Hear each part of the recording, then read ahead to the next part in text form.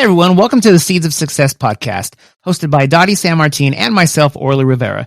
This show is your weekly dose of knowledge, insights, and actionable tips to transform centers into striking successes.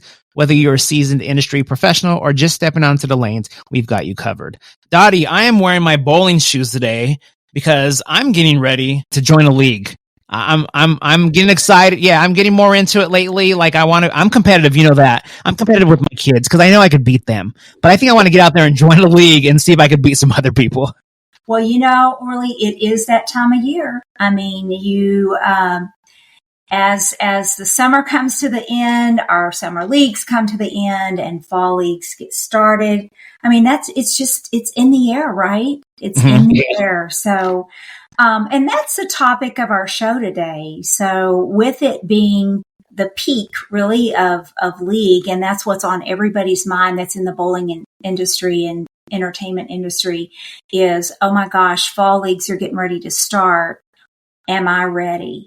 So that's what we want to talk about today, because there are things that we can be doing right now that's going to set us up, right? We want to make sure that we are fully maximizing our lanes and that we are creating that experience that the bowlers expect and that we know that we can deliver in our bowling centers these days. So, First of all, I'm really excited. I think that, league bowling is something that has been around forever, and it's such a great form of socialization. We've talked about this on shows before. It's really nice to be with your teammates, and you just feel like that's part of your family. And that's really one of the ways too that we're going to talk about today, about how you can grow your leagues, or if you have holes in your leagues, by simply asking and inviting someone. So let's kind of dig in. So exciting news that you're going to, and Orly, I can help you a little bit. So if you need some pointers here, just reach out. We've got lots of people surrounding us that can give you wonderful, wonderful bowling tips, right? You mentioned this is a time people get together, and some of these people have been bowling probably for years together. But you got to think about it. You have a lot of new people like myself that might be new to getting into leagues. I was never a league bowler, but at the center, I used to get people all the time. Do you do leagues here? Or, I'm starting to have more fun bowling. Do can I get some information on how to get into a league? So that's something that you should always be thinking about, whether it's your open, it might just be the people that are doing some open bowl, how to promote that to them too. The more the merrier, right? Yes. We always talk about fun and stuff, but when it comes down to it, it's a business. You want to make some money, right? Yes. And, for those of us that have been in this industry forever, it's a given. Our league bowlers are our bread and butter. I mean, in houses that have leagues, those leagues are consistent. They're there every week. And we are seeing trends that the leagues, used to be 30 to 36 weeks a year. Now those are cut back a little bit, granted, but still they are loyal bowlers. And so, that's something that we definitely want to pay attention, and we want to make sure that we're setting things up to make sure that we have a very smooth start to our league season. And as I said, we want to make sure that we're filling up those leagues, right? Yeah. And you and I have talked about this before. If you have a 32 lane center and you have a 32 lane league that has committed to coming in that year, and suddenly it goes on the floor and 12 of those teams are missing one, maybe two team members, that's devastating to your bottom line. And it's not like you can just randomly throw an open bowler in there, because that's not going to happen, right? It's not the way leagues work. So now is the time that you need to be reaching out to your secretaries. If you have leagues that have dedicated secretaries, really you should be communicating during the off season with them, finding out where they are, finding out if they've called their bowlers from the previous season to make sure that they know who is and is not coming back. And then finding out what your starting point is. And if it's a house league, then hopefully you have your league coordinator or key staff member that is doing the same thing. If it's a league from a previous season, have you reached out, contacted those, and know who is and is not coming back?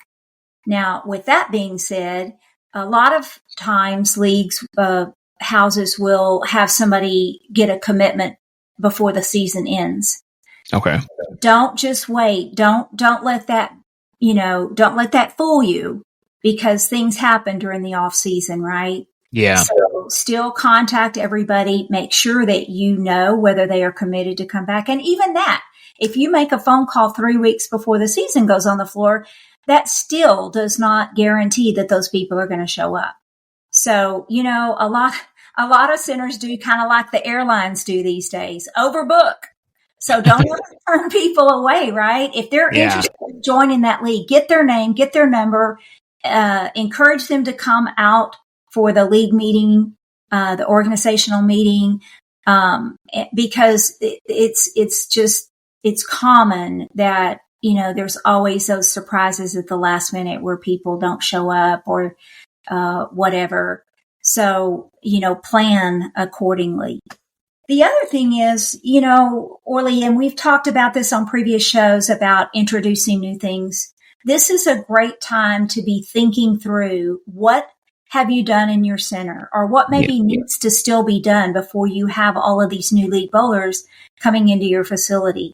We talked about that before. Let them know what improvements you've made, why they want to come back. Because one thing I know we've talked about in the past is there might be some other competition down the road now. And it's like, what makes me want to go back to your center? I've been going there for years, but some kind of new shiny place down the road came along. So if you're doing any kind of updates, if you're, I think we said in the past, let them know where the money's going that they're spending. What have they did to improve? What are they doing to keep them there?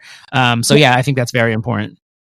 Yeah. And you also want to make sure that you're emphasizing, when you're preparing for those organizational meetings, you want to make sure that you're emphasizing the things that are important to that particular audience. So, for example, if you got a new oil machine, definitely that's something that they're going to be interested in hearing, right? Because the shot is very important to them. If you've done something to enhance their experience, that's important to them. For example, if you've gotten something like a kiosk where they can order, conveniently order their food items from the kiosk, or if you are a center that now has the ability, I know with our newest scoring system, the bowlers will have the ability to order their food right straight from the bowling console. So if you have something like that is a convenience, that's something that needs to be planned for and addressed at the league meetings. And certainly this is a perfect time to start looking at your facility and seeing what needs to be done. Do you have a wall that needs painting? Do you have gutters that need to be cleaned? Do you have, for those people, and most times league bowlers have their own equipment, but if you've got a new league that you're starting, do you have plenty of house balls? And are those house balls nice and clean? Are the rental shoes nice and clean? A lot of times the holes, we talked about the importance of making sure that you're communicating with the secretaries and you're communicating with the bowlers and you're getting a commitment, because we don't want to see open slots in the league. So where do we go to find those bowlers, right? Yeah. This is the time of year to be looking at all this influx of people that are coming in for the summer, when you've got corporate parties going on. You need to know what holes you have available in your leagues. And you need to be having conversations and train your staff to have conversations, with the people that are coming into open play. Because they may be waiting for that invitation. Yeah, and that's a perfect opportunity. You know me, I like to talk. So I'm always spreading information about what we have, what we're going to be having, what do you like, I mean, that's a perfect opportunity if somebody's like, man, we had such a blast day as they're putting their shoes back up. Hey, just to let you know, we also have leagues coming up pretty soon. If you're interested in that, I'll give you some more information, or you go to our website and find some more information about it. Cause some people, yeah, they might just be an open bowler that's like, oh, what is a league? I don't really know about leagues, but I love playing. I'm competitive, and that's your perfect opportunity to let them know and hopefully get them signed up. Yes, yes. And another thing that's really nice to do when you do have holes within leagues, be it a house league or one that has its own secretary, encourage the league members themselves to invite someone. So I know for me, on my team, I would prefer to have it be somebody I know versus have a hole on my team and the center says, oh, I have a female bowler for you. I prefer to go out and find my own. So Okay. encourage the people that have openings on their team to go find their own replacement. Yeah, I mean, maybe I might even be jumping the gun here a little bit, but what about like a little referral program? Hey, get a free soda or free appetizer if you get 3 people to sign up through you or something. You know what I mean? Absolutely. There's all sorts of ways that you can spend that. But definitely and I know for me, when somebody personally invites me to do something, that my chances of doing it are a lot greater because they asked me to do it. So if I have a hole on an opening on my team and I come to you and say, hey, Orly, I'm on this Tuesday night league and I lost my team member. I'd love for you to be on my team. That to me sounds like, okay, we're going to have fun, right? Yeah. Would I do it would you do it if I hadn't asked you? Probably not. You probably didn't even know there was a hole on a Tuesday. Exactly. So don't be afraid to invite your friends. Make it even more special and make it a really nice social event. So the other thing that you need to do as you're preparing is to look at your staff. So make sure that you have the right plan for the right schedule. So do I have the right people for working when my leagues bowl? Do they have the right personality? Do I have enough people? Do I have my cocktail waitresses up and trained?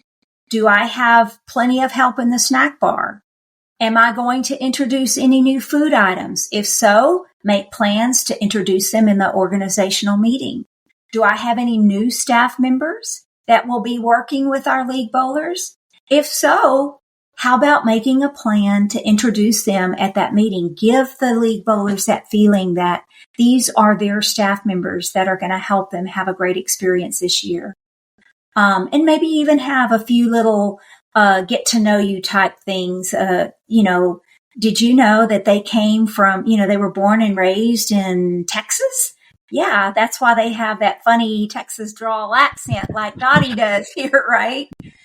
So start planning things like that now to really, get set up for a successful league season. Yeah, and your successful leads, your successful season is going to lead to the next season or people continuing to come into your center. So, you want to prep for it to make sure you get people in there and they're happy, and you want them to be happy when they're there so they want to come back again. So it's just kind of an ongoing thing, Yeah. I want to bring up a couple of other things since we're talking kind of all things league bowling today. Not only is it really devastating when you have a league on the floor and there's so many openings within the league, it's also very devastating when you have a league with an odd number of teams, because obviously they have to take up an even number of lanes. So that's a complete team of lost revenue.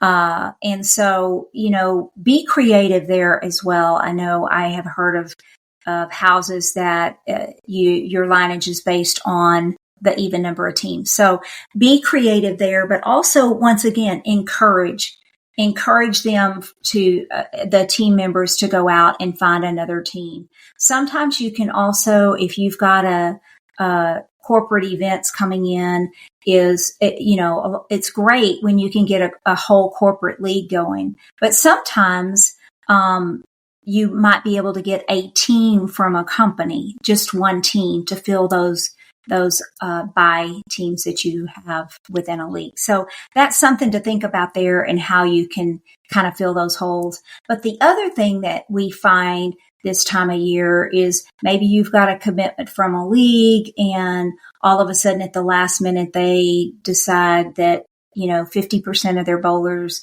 got transferred and they're not going to have a league this year. So all of a sudden here, almost at the 11th hour, you find out that you have a group of lanes that's going to be available. So again, be creative. Think outside the box. Leagues don't have to be traditional leagues. If you want to do short season leagues, if you want to do, 10 weeks and even a 2-game format, put people on those lanes, right?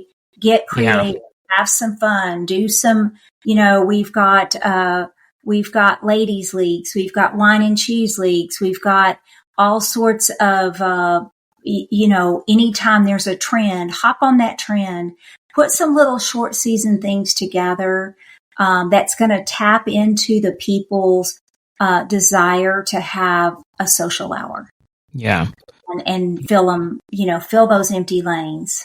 Yeah. And from those little, if they're just kind of some shorter leagues or something, that might get people just interested in doing, a longer season league. So yeah, I think that's a great idea. Absolutely. Leagues are a huge part of the bowling industry. And we want to make sure that, leagues can appeal to everyone. So even taking some of your features that you have in your scoring system, maybe do a no tap league, maybe do another non-traditional type league. Heck, one of my favorite things to do is with Lucky Train. You've heard me talk about Lucky Train. Yeah. I love to do a Lucky Dinner Train, give away gift cards for dinner for two. Be creative. And as we've always said, tap into your resources. Ask your staff, even ask some bowlers.